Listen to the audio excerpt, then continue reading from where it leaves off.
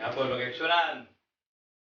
Sa kanunayon, kita magpasalamat sa Ginoo labos na kay siya ang tinubdan sa atong kinabuhi. Kung wala siya, wala kita arang mahimo mga aksyonan. Busa ni kapunon, great na ako mga viewers, mga subscribers, mga higalaan, mga kaparitihan, mga uban pa. Magatuon na sab kita aksyonan, inagi sa balang kasulatan, nga di maghahatag nato og inspired para sa atong may pagkinabuhi samtang niyapatan ni kalibutan. Atong tunan aksyonan ang sinulat ni Apostol Juan chapter 14 verse 27. Sa di pata mo to sunahan na ang iyon ko kamo sa atong handan mga liyata sa Ginoo. Ngambot ta. Labi gamahanan ng mga Diyos amahan na ikaw sa trono sa grasya sa kalangitan. Ikaw ang Diyos ni Abraham, Diyos ni Isaac, Diyos ni Jacob. Ikaw ang buhi nga Diyos nga dalang pana.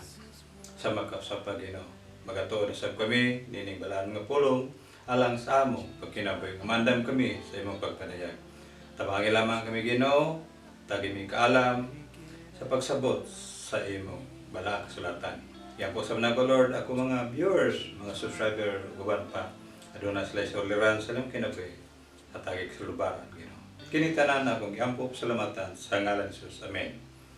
Atong tunan aksyonan diri makita mabasa aksyonan sa Juan chapter 14 verse 27 mga kaaksyonan. Diri nagingon. Kaninyo ibilin ko ang kalinaw. Kaninyo ihatag ko ang akong kalinaw. Hatagan ko kamo niini dili sama sinatagan sa kalibutan kinahanglan dili magaguol ang inyo kasing-kasing ni magtalaw. Duha kahigayon gimensyon ni Ginoong Hesus bahin sa kalinaw mga kasunan. Nagaingon ang usa ka presidente ng sunan na diin gisamok ang iyang nasod.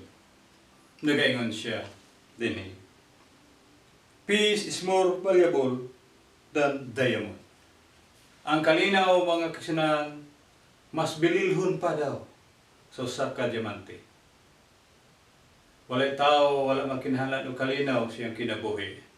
Madato mapobre, kabuso kanunahan, nangandoy, naghandom siyang kinabuhi nga aduna siya kalinaw. Mga kaigsunan, sama ni Haring David. Bandianon, harianon, natanan ni Haring David. Apan, wala siya kalinaw sa iya kagalingon mga kaigsunan. Samo ang iyang pamilya, mga kaigsunan. Ang iyang mga anak, nag-unay sa pagpatay mga kaigsunan. Gumikan si Tamar, mga kaigsunan, pahimuslan ni Amon mga kaigsunan. Busa si Absalom ay igso ni Tamar. Nangita siya kigayon pagi. Magkabalos siya ngadto kang Amon mga kaigsunan kay gilugos man si Tamar mga kaigsunan. Diya mabasa mga kaigsunan sa sinulat sa 2 Samuel chapter 13 1 to 39 mga kaigsunan. Inini ang kinabuhi ni Haring David sa iyang palasyo. Gubot, samok, walay kalinaw mga kaigsunan. Balianon, naantanan, harianon, apan walay kalinaw, gumikan sa iyang mga anak. Nagkagubot mga kaigsunan. Kaya kini si David mga kaigsunan, daghaman siya asawa. O sa amahan, lain-lain o mga ginikanan ng iyang mga anak. Busa si Tamar, ipahimusla ni Amon. Busa, ang iyang igsoon ni Tamar si Absalom. Iyang ipatay si Amon magsan. Nakabalo si Absalom. Inini magsunan ang kinabuhi ni Haring David. Mismo si Haring David magsunan, huwag ako siya kalinaw sa iyang paghari. Kay gusto ni Absalom usab nga ang iyang pagkahari siyang trono. Gusto ni Absalom nga siya muhari, mupuli siyang amahan mga kaigsunan. Apan ang sinaligan ni Haring David nga mo si Huwag. iyang napatay si Absalom. Kaya naapsan man si Absalom magigukod sa mga sundalo ni David. Sakop ni Joab. Nasangit siya sa oak tree. Nasanga. Dito nagbitay. Usa ipatay siya ni Absalom. Inini magsunan ang kinabuhi ni David. Walay kalinaw sa iyang panimalay mga kaigsunan. Usa mga kaigsunan dinhi mabasa sa Proverbs chapter 17 verse 1. Diri nagingon sa Proverbio mga kaigsunan. Proverbio chapter 17 verse 1 diri. Maayo pa ang mumho nga luga ug ang kalinaw uban ni ana. Maayo pa daw ang mumho nga uga mga kaigsunan. Yung ganitag mumho kay mumho sa kanon mga kaigsunan nga uga nga naa ang kalinaw uban ni ana mga mga kaigsunan, importante yun ay ang kalinaw mingon si Haring Solomon. Iya maning sinulat ang Proverbio mga kaigsunan. Dili gyud kay sa usa nga balay nga napuno sa udyaka nga inubanan sa pagkabingkil mga kaigsunan.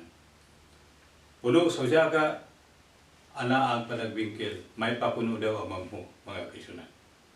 Ato ipadayon magsunan sa sinulat gyapon ni Haring Solomon sa Proverbio chapter 15 verse 17. Nagaingon si Haring Solomon sa iyang sinulat sa Proverbio. Maayo pa ang usa ka paniudto sa mga utanon, din ana ang gugma. Mga kaigsunan, maayo pa daw ang usa ka paniudto sa mga utanon kay naa ang gugma. Na ang kalinaw mga kaigsunan, mag-unsa man na ang abunda sa pagkaon tanan diha apan walay kalinaw sa imong kinabuhi, walay kalinaw sa imong huna, wala gyapon kay peace of mind mga kaigsunan. Usan ingon ang usa ka presidente, peace is more valuable than diamond. Labaw pa mga kaigsunan ang bililhon sa usa ka kaysa diamond. Ang kalinaw mas labaw pa, mas bililhon pa ang kalinaw.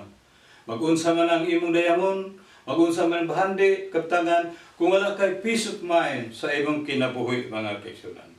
Busa mingon si Ginoong Hesus, come unto me. Those who are weary, I will give you a rest. Mabasa magsunan sa Matthew chapter 11 verse 28. Ang bugtong maghatag kalinaw sa atong kinabuhi, wala kundi si Ginoong Hesus. Mingon si Ginoong Hesus, come unto me. Kung kinsa ka itong nabugatan, papuhulayon ko kamo, tagaan ko kalinaw. Sama sa usa ka ilustrasyon ng sunan, sa balang kasulatan, samtang sila, sige niyong susuban sa sakay sa sakayan, mga kaigsunan. Hapit malunod ang sakayan, gumikan, dadakong bagyo, dagkong mga balod, mga kaigsunan, uunin ang hadlok ang iyang mga tinunan. Nabalaka sila kay mga matay sila gumikan sa dagkong balod kusog ang hangin. Dili ingon. Gipahunong ni Jesus ang unos. Basa magsunan sa Marcos chapter 4 verse 35 to 40 dingon.